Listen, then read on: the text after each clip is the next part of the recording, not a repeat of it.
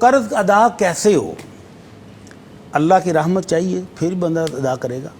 تو اللہ کی رحمت کے اصول کے لیے نبی رحمت صلی اللہ علیہ وسلم نے حضرت معاذ سے کہا کہ معاذ اگر احد پہاڑ جتنا قرض بھی ہو تو وہ بھی اللہ کی رحمت سے ادا ہو جائے گا۔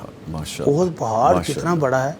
5 کلومیٹر طویل اور 1076 فٹ اونچا بھی ہے، لمبا، اتنا ختم ہی نہیں ہونے میں آتا۔ اور اللہ کے نبی صلی اللہ علیہ وسلم فرماتے ہیں کہ احد پہاڑ ہم سے محبت کرتا ہے اور یہ ہمارا بھی محبوب ہے۔ اس احد پہاڑ کے ساتھ تشبیہ دے کر کہا کہ اتنا طویل، اتنا اونچا پہاڑ جتنا بھی قرضہ کسی پر ہو تو وہ بھی اللہ کی رحمت سے اتر جائے گا۔ لیکن اس سے قطعاً یہ مطلب مت لے لیا جائے کہ بندہ گھر میں بیٹھا وظیفے پڑھی جائے گا اور ہاتھ پاؤں نہیں لائے تو آسمان سے کچھ سونے کی بارش ہوگی اور اس کا قرضہ اتر جائے گا۔ ہمت کرے، اللہ کی رحمت شامل حال ہو جائے گی، جو وہ کوشش کرے گا وہ کامیاب ہو جائے گا۔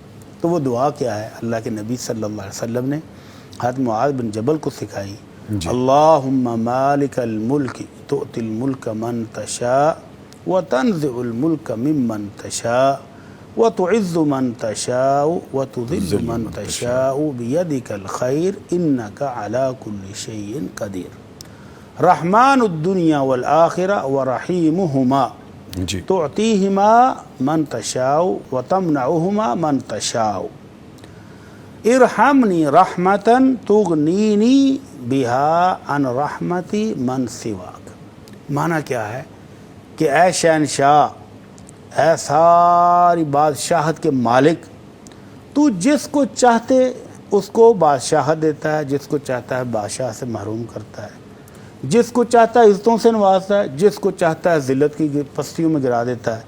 ہر خیر و بلائی تیرے ہاتھ میں ہے، تو ہر چیز پر قادر ہے۔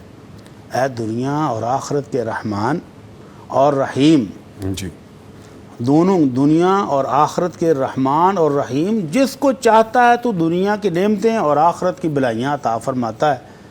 آخرت کی نعمتیں جس کو چاہے گا دے گا، اور جس کو چاہتا ہے دنیا کی نعمتوں سے محروم کر دیتا ہے، آخرت کی بلائیاں بھی نہیں دیتا۔ تیری مرضی ہے۔ تو اللہ مجھ پر ایسی رحمت فرما دے کہ میں کسی بندے کا محتاج ہی نہ رہ جاؤں۔ تو یہ ایسی شاندار دعا ہے کہ اس کو اپنی دعاؤں میں شامل کریں تو اللہ کے رسول صلی اللہ علیہ وسلم کی گارنٹی ہے کہ اگر احد پہاڑ جتنا قرضہ بھی ہوگا تو وہ بھی اللہ کی رحمت سے ادا ہو جائے گا۔ اللہ تعالی ہم سب کو قرض سے محفوظ فرمائے۔